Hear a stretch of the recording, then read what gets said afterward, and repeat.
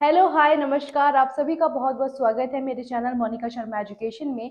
आज हम बात करने वाले हैं स्ट्रेटेजी फॉर आरआरबी एनटीपीसी। आपका एग्जाम 4 से 5 दिनों के अंदर है और इन्हीं चंद दिनों में आपको क्या स्ट्रेटेजी रखनी चाहिए, अपना क्या माइंड सेट रखना चाहिए जिससे आपके मार्क्स में बढ़ोतरी हो, आप नर्वस ना हो, एग्जाम देते टाइम आप एकदम कॉन्फिडेंट रहे, अपने गोल से बिल्कुल भी ना चूकें। ठीक है, तो ये स्ट्रेटेजी आपका बहुत फायदा करने वाली है। And remember this strategy is a god gift to you. तो ध्यान रखना है कुछ 5 बातों का। तो यहाँ पे मैं सबसे पहले बात करने वाली हूँ स्ट्रेटेजी की। ये स्ट्रेटेजी क्या है? स्ट्रेटेजी टू अटेम्प्ट, कि एग्जाम को अटेम्प्ट कैसे करना है। देखिए, हम सभी जानते हैं कि math, reasoning, GK, right, math, reasoning and GK हमारे मार्क्स का डिस्ट्रीब्यूशन है। तो मैथ्स में स्ट्रेटेजी क्या होनी चाहिए? मैथ्स में स्ट्रेटेजी कुछ ऐसे होनी चाहिए कि जो भी क्वेश्चंस आपको सबसे ज्यादा आसान लगते हैं, जो भी सबसे ज्यादा इजी लगते हैं, कि सबसे पहले आप उनको अटेम्प्ट कर लें। इससे क्या होगा? इससे 2 फायदे होंगे। पहले कि जो इजी क्वेश्चंस होंगे, एक मैथ्स का एक बहुत बड़ा हिस्सा आप कवर कर चुके होंगे, और उसके बाद जो डिफिकल्ट क्वेश्चंस बच जाते हैं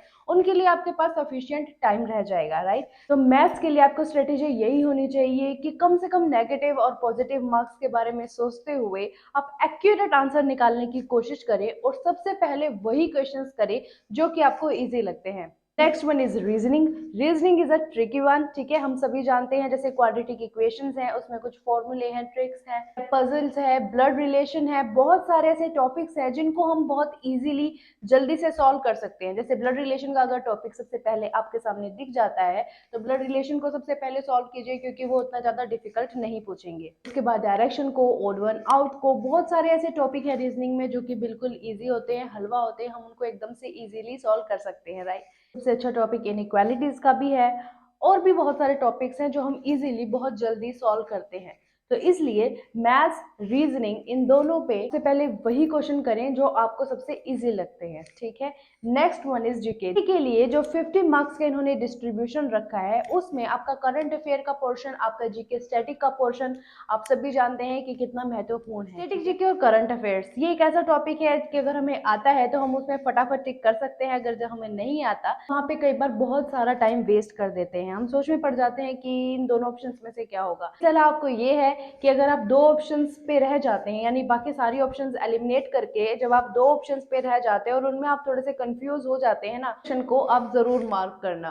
सोचकर बिल्कुल मत छोड़ देना कि शायद नेगेटिव हो जाएगा, गलत हो जाएगा। देखिए, अगर आपने बाकी ऑप्शंस एलिमिनेट कर दिए हैं और इन दोनों में से ही कोई आंसर है, तो मेरी सलाह रहेगी कि आप उसको जरूर मार्क करके आना। ये सोच विचार का काम करना लास्ट में ही। ठीक है, ये जो क्वेश्चंस हैं जिन पे आपकी पकड़ थोड़ी कम है या फिर जिनमें आप कंफ्यूज हो रहे हो, वो क्वेश्चंस आपको थोड़ा सा लास्ट में करने हैं, ताकि आपका टाइम बचे। सबसे पहले तो वही क्वेश्चन करें, वही स्ट्रेटेजी रखें अटेम्प्ट करने की, कि जो क्वेश्चंस आपको सबसे ज्यादा आते हैं, चाहे वो जीके है, मैथ्स है, रीजनिंग है, चाहे वो कुछ भी है।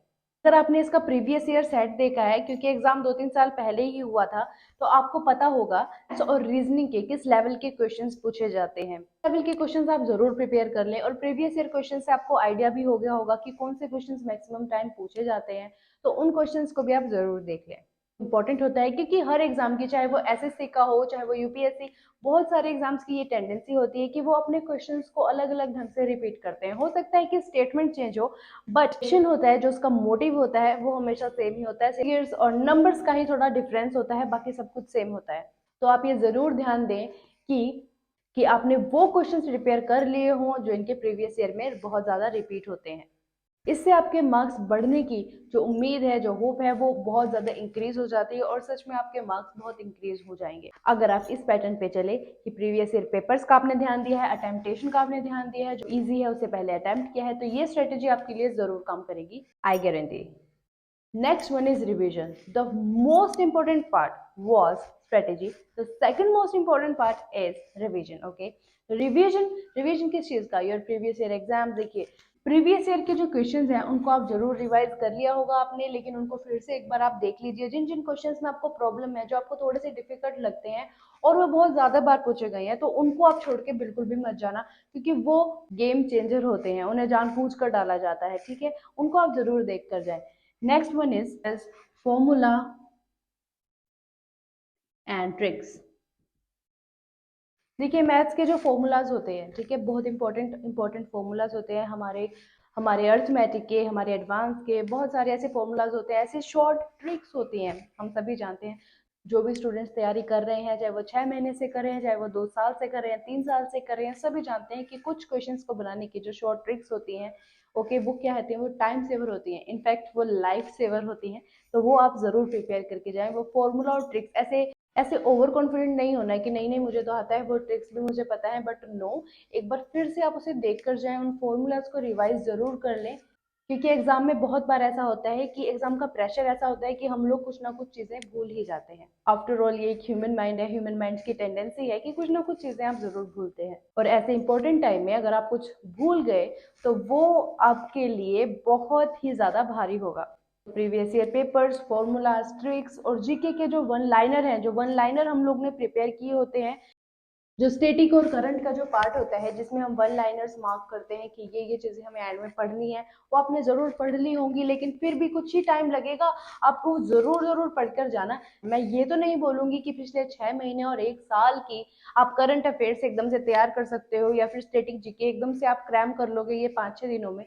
नो नो, ऐसा नहीं हो सकता, ये हम सभी जानते हैं। कुछ स्पीडी में, प्रतियोगिता दर्पण में, और भी कुछ बहुत अच्छी अच्छी मैगजीन्स में 400-500 ऑब्जेक्टिव क्वेश्चंस होते हैं। किसी भी एक को आप फॉलो करो, मैं ये किसी का नाम नहीं लूंगी कि प्रतियोगिता दर्पण को ही करो बट, या स्पीडी को ही करो, बट स्पीडी जो है वो रेलवेज के लिए बेस्ट मानी गई है। तो रेलवे के लिए जो करंट अफेयर्स है उसमें 400-500 ऑब्जेक्टिव क्वेश्चन जरूर है, आप उनको देखकर तो पक्का जाना ही जाना, क्योंकि इन 5 दिनों में भी आप जरूर वो करंट अफेयर्स प्रिपेयर कर सकते हो। हाँ, पूरे साल की एक एक दिन की तो करंट अफेयर्स करना इस टाइम पे बहुत ही मुश्किल है, ये मैं भी मानती हूँ। और जो स्टैटिक जीके का पार्ट रह गया, स्टैटिक जीके में जो इम्पोर्टेंट है, जो कि अगर आपने वो चीजें नहीं पढ़ी है, जैसे कि हमारी रिवर है, डैम है, हिस्टोरिकल बिल्डिंग्स हैं, इवेंट्स हैं, जो हमारी इंपॉर्टेंट डेट्स हैं, प्लस जो हमारे स्टेट्स की इंफॉर्मेशन होती है कि स्टेट में लोकसभा राज्यसभा की सीटें कितनी हैं, कौन चीफ मिनिस्टर है, कौन गवर्नर है।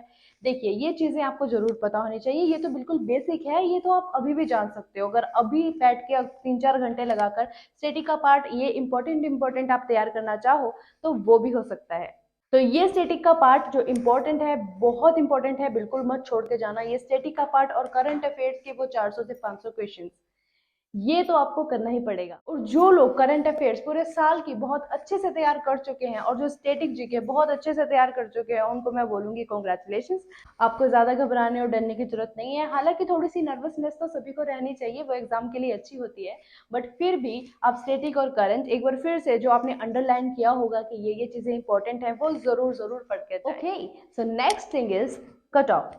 कट ऑफ बहुत मायने रखती है। देखिए, लास्ट टाइम पे हमने देखा था कि हर कैटेगरी से, SC ST से लेकर और जनरल कैटेगरी तक जो है कट ऑफ 60, 50, 60 से लेकर 90 तक भी वेरी कर रही है। कहीं पर 77 है, 78 है, 82 है, बहुत सारी जगह वेरी कर रही है। वो स्टेट टू स्टेट मैटर करता है। तो इसलिए मेरी एडवाइस आपको ये रहेगी कि कट ऑफ की नर्वसनेस को छोड़कर, कि कितनी कट ऑफ जाएगी, क्या जाएगा, कितने क्वेश्चंस मुझे करके आने हैं, क्या नहीं करके आना, क्या ये सब अभी आप भूल जाओ, ये सब आप अभी मत सोचो, ठीक है। अपनी प्रिपरेशन पे ध्यान दो। ये जो लास्ट के 5-6 दिन होते हैं ना, ये बहुत क्रिटिकल होते हैं, बहुत इंपॉर्टेंट होते हैं। इसमें आपको नर्वसनेस बिल्कुल भी नहीं होनी चाहिए। Be confident, it's okay. जितना भी आपने किया है आप उसी को बार बार देखो, उसी को बार बार रिवाइज करो। कोई नई चीज करने की जरूरत नहीं है कट ऑफ के ऊपर, कि वो उस टाइम कट ऑफ ये गई थी, इस बार पता नहीं क्या जाएगी। डोंट वरी, वैकेंसी बहुत है, और अगर आप एक अच्छे पढ़ने वाले स्टूडेंट हो तो आपकी जॉब इस बार पक्की है। तो कट ऑफ के लिए नर्वस बिल्कुल भी नहीं होना, ठीक है। इसके बारे में, मार्क्स के बारे में बिल्कुल भी मत सोचो। जितना आता है उसी को रिवाइज करो, उसी को बार बार लर्न करो, क्योंकि नर्वसनेस फायदा तो कुछ नहीं देगी, बट नुकसान जरूर करवा देगी। कि भाई उसकी कट ऑफ तो इतनी थी, अरे इस बार कैसे होगा, हमने तो कुछ भी नहीं किया। और टॉपर्स को तो अलग ही तरह की नर्वसनेस रहती है। हे भगवान, अगर इस बार भी मैंने टॉप नहीं किया, टॉप 10 में मैंने अचीव नहीं किया, तो क्या होगा। तो लो से लेकर हायर लेवल के सभी स्टूडेंट्स के लिए मेरी राय यही है, अगर आप एक एवरेज स्टूडेंट हो, अगर आप एक अचीवर हो, तो आप दोनों के लिए मेरी यही राय है कि इस समय तो बिल्कुल भी आपको मार्क्स के बारे में नहीं सोचना चाहिए। ओके, तो इस वाले को मैं लगाती हूँ क्रॉस, ये आप बिल्कुल भी नहीं सोचें। ओके ओके, तो next one is mentally prepare. देखिए, आप लोगों को मेंटली प्रिपेयर तो होना पड़ेगा। अब ये मेंटली प्रिपेयर होना क्या होता है, मैं बताती हूँ। एफर्मेशंस बहुत कमाल की चीज होती हैं। एफर्मेशंस जानते हैं कि मैं कर सकता हूँ, yes I can do this, ये सब एफर्मेटिव थॉट्स हैं, यानी कि पॉजिटिव थॉट्स हैं। अगर आप कोई एवरेज स्टूडेंट भी हो ना, और अगर आपको पॉजिटिव थॉट्स हैं खुद के लिए, खुद के सक्सेस के लिए, खुद के कैरियर के लिए, तो जरूर आप कर जाओगे। इस समय नेगेटिव विचारों से, नेगेटिव टाइप के लोगों से कि अरे यार बड़ा मुश्किल पेपर आया था, पता नहीं अब क्या होगा, ये वो, इन सब चीज़ों से आप दूर रहो। ठीक है, जैसा भी आया था, अगर बहुत डिफिकल्ट था या बहुत ईज़ी था, कुछ भी था, पेपर तो वैसा ही था, सबके लिए सेम ही था, इट्स ओके। इस बार भी पेपर सबके लिए सेम ही होगा, सेम होगा ना, ठीक है? तो मेंटली प्रिपेयर रखो, अपने आप को पॉजिटिव रखो। और मुझे विश्वास है जो लोग मेंटली प्रिपेयर्ड होते हैं, जो लोग अपने आप को पॉजिटिव विचारों में रखते हैं, उन लोगों को कोई भी नहीं रोक सकता। उसके लिए एक छोटी सी ट्रिक मैं आपको बताती हूँ। This is called affirmative meditation, या फिर एक सिंपल मेडिटेशन जिसमें आप अपने आप को पॉजिटिव थॉट्स देते हो। अब मैं यूं नहीं कह रही हूँ कि ये करके ओम ओम ऐसे करते रहो, जी नहीं, मैं ऐसा नहीं कह रही हूँ। बट आप शांति से थोड़ी देर बैठकर अपने आप को ये पॉजिटिव विचार दे सकते हो, अपने आप को ये पॉजिटिव थॉट्स दे सकते हो कि मैंने बहुत अच्छा प्रिपेयर किया है और एग्जाम में मेरे साथ बहुत अच्छा अच्छा होगा। देखो, ह्यूमन माइंड है, कभी रुकता नहीं, विचारशील है, हम लोग विचार आते रहते हैं, ठीक है? तो आपको एक छोटा सा मेडिटेशन अपने साथ करना है। क्या? ऐसा समझो कि आप एग्जाम में बैठे हो और एग्जाम की स्क्रीन आपके सामने शुरू हो चुकी है, उसमें मैथ्स के क्वेश्चंस आ रहे हैं, रीजनिंग के आ रहे हैं, जीके के आ रहे हैं, और आप सभी क्वेश्चंस, मैथ्स के आप मैक्सिमम क्वेश्चंस, सब पे आपके ग्रीन टिक्स हैं, आपने बहुत अच्छे से, सब आपको आ रहे हैं, आप उनको अटेम्प्ट करते जा रहे हो। रीजनिंग के भी आप बहुत सारे क्वेश्चंस अटेम्प्ट कर चुके हो, जीके के भी इसी तरह आपको बहुत सारा मैटर आता है, आप बहुत सारी चीजें पॉजिटिवली, करेक्टली उन चीजों को आप टिक कर रहे हो। तो जो ये थॉट प्रोसेस आपकी रहेगी, जो कि हमारा एग्जाम में अगर हमारे पास कोई नेगेटिव चीज भी आई, टिक कर रहे हो। और यस, ये भी माइंड में जरूर आना चाहिए कि बीच बीच में कुछ मुश्किल क्वेश्चंस भी आ रहे हैं, कुछ डिफिकल्ट क्वेश्चंस भी आ रहे हैं, बट इट्स ओके, मैं उनको थोड़ी देर के लिए रोकूंगा। मैं पहले अपनी इजी क्वेश्चंस करूंगा, जैसे कि मैंने आपको स्ट्रेटेजी में बताया कि पहले मैं अपनी इजी क्वेश्चंस को टिक कर रहा हूँ और उसके बाद मैं अपनी डिफिकल्ट क्वेश्चंस की तरफ जा रहा हूँ या जा रही हूँ। ये छोटी सी मेडिटेशन ट्रिक है, मैं आपको बहुत जल्दी जल्दी बता रही हूँ, but I am telling you, ये आपके लिए बहुत ही ज्यादा बेनिफिशियल होगी। अगर आप 10 मिनट या 5 मिनट भी अपने साथ कुछ मेडिटेशन ट्रिक्स फॉलो करेंगे, तो ये आपके लिए सीरियसली बहुत बहुत बहुत बेनिफिशियल होगी। कि जो सिचुएशन आप देखने वाले हो वो आप आज ही क्यों ना देख लो, वो आप आज ही अपने थॉट्स में देख लो और उनको एक पॉजिटिव विचार दो कि yes, I can do this. और उसके बाद अपने आप को ये थॉट जरूर देना कि मैं एग्जामिनेशन हॉल से एक मैक्सिमम नंबर ऑफ क्वेश्चंस, 120 है तो मैं 110 और 115 क्वेश्चंस करके निकल रहा हूँ, और मेरे मैक्सिमम क्वेश्चंस पॉजिटिव हैं, करेक्ट हैं, मुझे ये सब आता है, मेरे लिए कुछ भी डिफिकल्ट नहीं है, मैं कर सकता हूँ या मैं कर सकती हूँ। तो ये एक छोटी सी मेडिटेशन ट्रिक थी मेरी तरफ से। देखिए, एफर्मेटिव थॉट्स सक्सेस की यही है। लोग कहते हैं ना, जैसा आप सोचोगे वैसा बन जाओगे, जैसा आप सोचोगे वैसा आपके साथ होगा, ये कहीं ना कहीं सच है। जैसा आप सोचोगे, जैसे आप अपने साथ माहौल बनाओगे, जैसा आप पॉजिटिव हो रहा अपने लिए क्रिएट करोगे, वो सच में वैसा ही होगा। तो इसलिए माय फ्रेंड, ये mentally preparedness is very necessary. अगर किसी के साथ कोई डिफिकल्टी चल रही है, कुछ प्रॉब्लम चल रही है कि उसको पढ़ाई के लिए प्रॉपर टाइम नहीं मिल पा रहा, वो भी ऐसी ट्रिक्स फॉलो करके अपने लिए एक बहुत अच्छा एनवायरनमेंट क्रिएट कर सकता है, अपने माइंड को, अपना ऑरा पॉजिटिव कर सकता है, और उस ऑरे के साथ जब आप एग्जाम देने जाएंगे तो आप सच में फोड़ देंगे। तो next one is essentials. Essentials जैसे कि आपके एडमिट कार्ड, आपकी फोटो, आपका सब कुछ, आपकी बॉटल, एक ट्रांसपेरेंट बॉटल, आपके पास सब कुछ, वो सब चीजें होनी चाहिए। उनको आप एक दिन पहले ही प्रिपेयर करके रख लें, कुछ भी चीज भूलना नहीं, क्योंकि एट लास्ट वहां पर जाके फिर बड़ी प्रॉब्लम होती है। एग्जाम का एक ऐसा दिन जिस दिन हमारे लिए एक बहुत बड़ा फैसला होने वाला है हमारी लाइफ का, कि हमारा कैरियर क्या होगा क्या नहीं होगा, उस दिन के लिए आपको अच्छे से प्रिपेयर होना चाहिए। एक दिन पहले ही आप सारी वो इंस्ट्रक्शंस, जो भी चीजें जरूरी हैं, आप अपने लिए वो रख लें, ठीक है? बिफोर हैंड आप रख लें, क्योंकि आप उस टाइम जाओगे और अगर किसी चीज की कमी हो गई तो वहीं पे आप नर्वस हो जाओगे कि पता नहीं मैं एग्जाम दे भी पाऊंगा कि नहीं।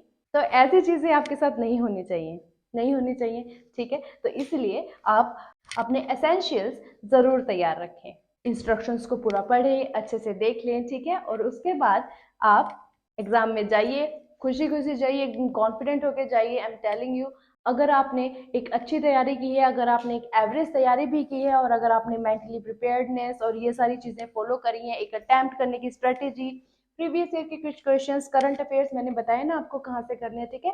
ये सब कुछ अगर आपने किया है, और यहाँ इसके लिए आप नर्वस मत होना, ठीक है? ये सब कुछ अगर आपने किया होगा तो जरूर जरूर आपका एग्जाम जरूर निकलेगा, आपको कोई भी नहीं रोक सकता। तो इन सभी चीजों के साथ wishing you all the best for your exam. मुझे कमेंट करके जरूर बताना कि आप लोगों का एग्जाम कैसे हुआ और आपने ये चीजें फॉलो करी या नहीं करी। और अगर फॉलो करी तो आपको कैसा लगा। मैं लेती हूँ इसी के साथ विदा। जरूर ये 5 पॉइंट्स याद रखना। Okay, bye bye.